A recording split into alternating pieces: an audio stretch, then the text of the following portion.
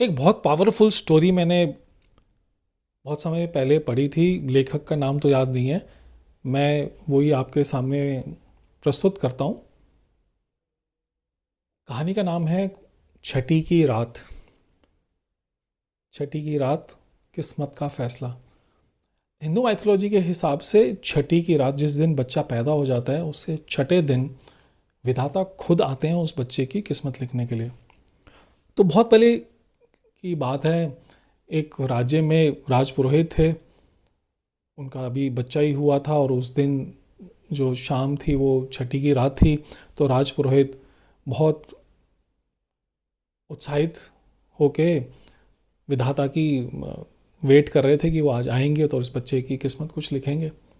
तभी राजमहल से किसी इम्पोर्टेंट बात के लिए उनको बुलावा आ गया। क्योंकि राजमहल से बुलावा आया था तो उनको जाना ही था।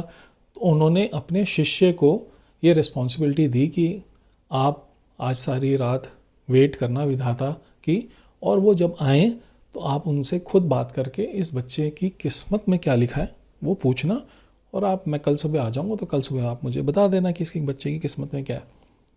शिष्य ने बोला, आप बेफिक्र होकर जाइए, मैं खुद बात करूँगा और आपको कल सुबह ही एक अच्छा सा समाचार दूंगा कि इस बच्चे की किस्मत में क्या लिखा हुआ है।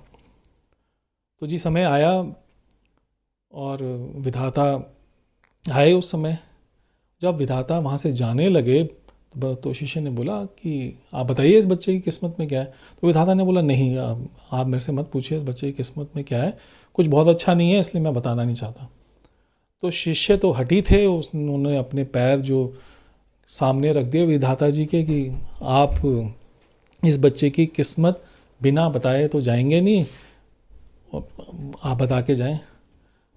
तो विधाता ने बड़े अनमने मन से बताया कि इस बच्चे की किस्मत में कुछ बहुत ज़्यादा नहीं लिखा है, ये बच्चा मंदबुद्धि होगा और इसके घर के सामने, इस बच्चे के घर के सामने एक बैलगाड़ी, बैल भी नहीं बैलगाड़ी पड़ी रहेगी, और उस बैलगाड़ी को लोगों को किराए पे दे के ही इसकी कोई ज़िंदगी ऐसे चलने वाली है।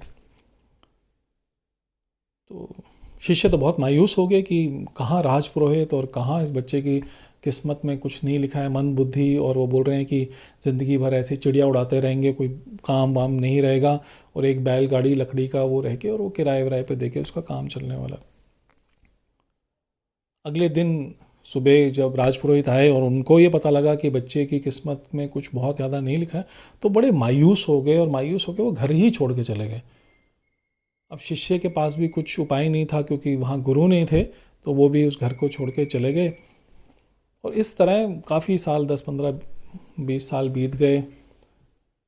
राजपुरोहित तो वापस आए नहीं। तो शिष्य को जब थोड़े बड़े हुए तो उनको लगा कि मुझे राजपुरोहित के घर जाके एक बार उनके घर का क्या हाल है और उस बच्चे का क्या हाल है, ये ज़रा जाके देखना चाहिए कि क्या सिचुएशन है। तो बहरहाल वो आए आए और उन्होंने अपने आप को बताया कि मैं आपके ही पिताजी का शिष्य हूँ। तो उस लड़के ने, जो उनका बेटा था, आव भगत किया, खाना वाना खिलाया और अपने घर में बिठाया। तो जब विश्राम करने लगे तो शिष्य ने उनके बेटे से बोला कि मैं आपको एक बात बताता हूँ, अगर आप वो बात फॉलो कर लेते हैं तो आपके जो दिन है फिर जाएंगे। तो बेटे ने पूछा, कैसे फिर जाएंगे? तो उसने बोला, मैं आपको बस एक एडवाइस देता हूँ कि जो आपके घर के बाहर बैलगाड़ी बंधी हुई है, जो बहुत पुरानी, आपके शायद बहुत पुरानी दर पुश्त दर चलती आई बैलगाड़ी है, आप उसको जाके मार्केट में बेच आइए। यह सुना तो जो बेटा था हंसने लग गया। बोलते कि बेच आऊँ तो मैं क्या करूँ? बोले, जो पैसे मिलेंगे उसको आप यूज़ कर लीजिए। तो बोलते, मैं फिर खाऊंगा क्या? मेरा तो सारा गुजारा जो चलता है वो बैलगाड़ी को किराए देने पे चलता है। बोलते, आप चिंता मत करिए, मैं आपको बोल रहा हूँ तो आप मैं जैसे बोल रहा हूँ करिए।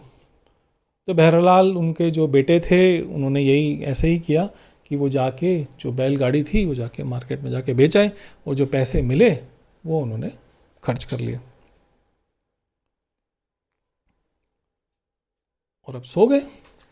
अगले दिन सुबह जब वो जागे तो एक चमत्कार सा उनके सामने हुआ कि उन्होंने देखा कि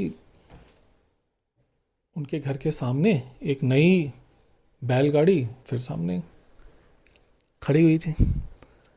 तो बेटा तो बड़ा अचंभित हो गया, बड़ा खुश था। उसने बोला कि आपने तो चमत्कार कर दिया, कल आपने बोला कि ये बैलगाड़ी बेच आइए और वो पैसे तो हमने यूज़ भी कर लिए, या हमने जो भी घर वर का काम कराना था या उधार था हमारे घर पे वो हमने उतार दिया, और आज देखो आज फिर एक नई बैलगाड़ी यहाँ पे खड़ी हो गई है, अब क्या करना है।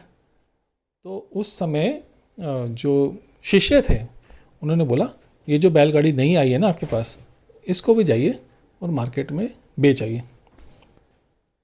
तो बेटा तो बहुत अचंभित हो गया, बहुत वो परेशान हो गया। उसने बोला आप क्या कह रहे हैं, देखिए एक बार तो चमत्कार हो गया आपके कहने पे, पर रोज़ रोज़ चमत्कार थोड़ी होगा। उसने बोला नहीं नहीं चिंता मत करिए, मैं आपको जो बोल रहा हूँ करिए, आप इस बैलगाड़ी को भी जाके मार्केट में बेच आइए।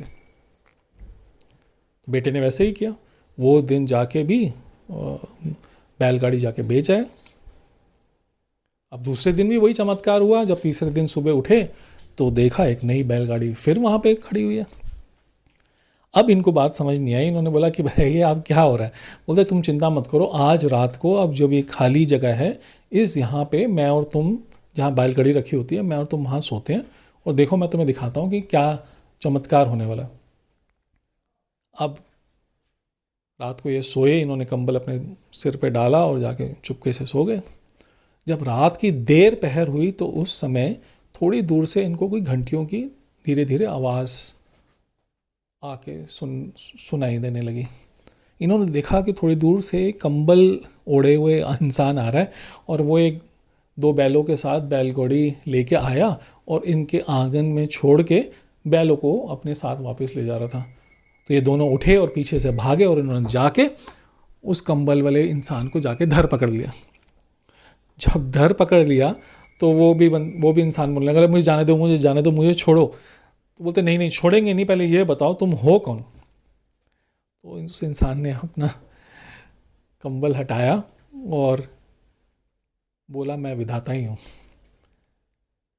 बोला मैं विधाता ही हूँ क्योंकि मैंने इस लड़के की किस्मत में ये लिखा हुआ है कि इस लड़के की किस्मत में हमेशा एक बैलगाड़ी इसके घर के सामने खड़ी रहेगी और उसी से इसका निर्वाह चलेगा।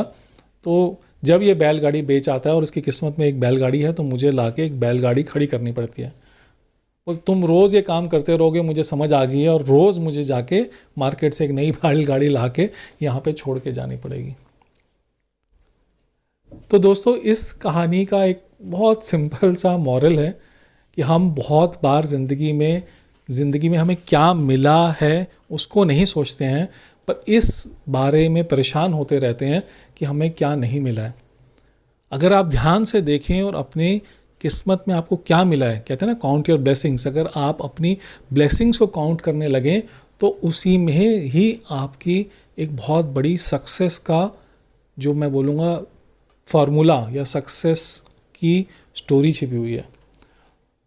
और यही ये स्टोरी बताना चाहती है कि अगर आपको कई बार हमें लगता है कि हमारी किस्मत में परेशानी ज़्यादा लगी है या हम ऐसे सिचुएशन में हैं कि वो हमारी शायद सिचुएशन चेंज नहीं हो पाएगी, बट अगर आप उस सिचुएशन को ढंग से देखेंगे और स्मार्टली थोड़ा सा दिमाग लगा के यूज़ करेंगे तो कहानी बिल्कुल चेंज हो सकती है।